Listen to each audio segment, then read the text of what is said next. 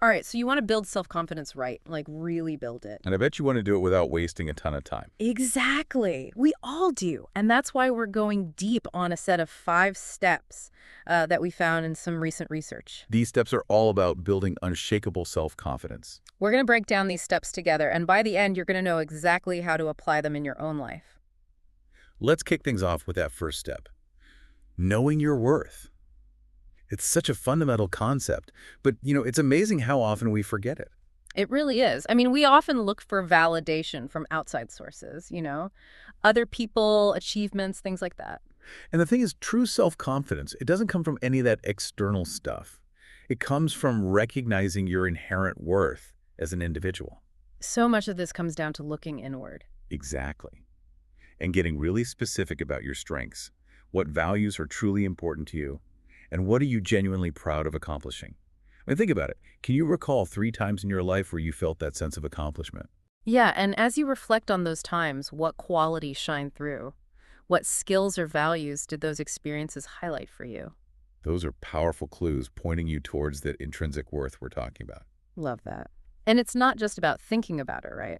We should be actively writing these things down. Absolutely. Putting it on paper is a huge deal. It Mm. becomes a tangible reminder of your own value, something you can look at, reread, and reinforce those feelings.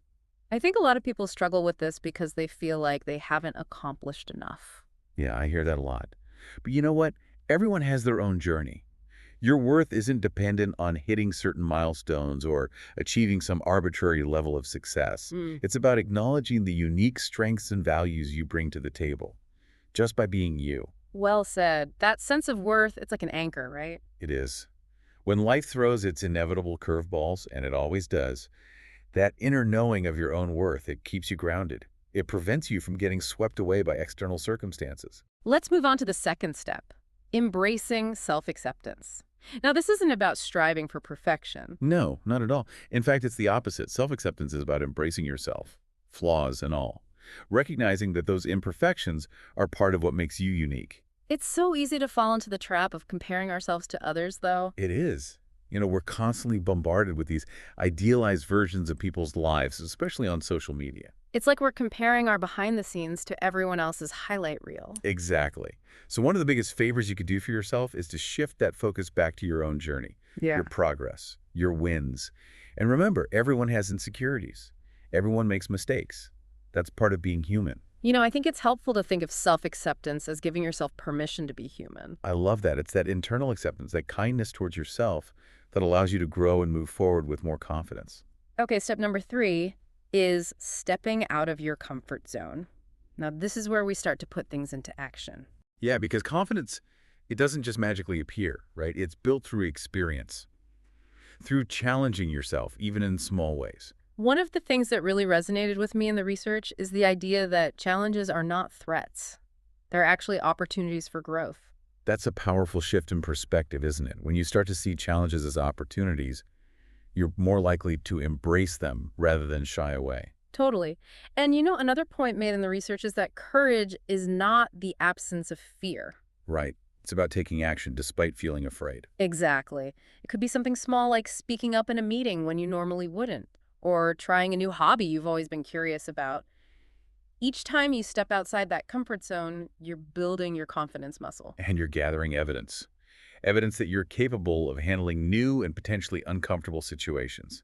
That evidence, it fuels self-belief like nothing else. Okay, let's talk about step number 4, practicing positive self-talk. This is all about that inner dialogue, the conversation we have with ourselves. Yeah, is it supportive? Is it encouraging? Or is it full of self-criticism and doubt? Because that inner voice, it has a huge impact on our confidence levels.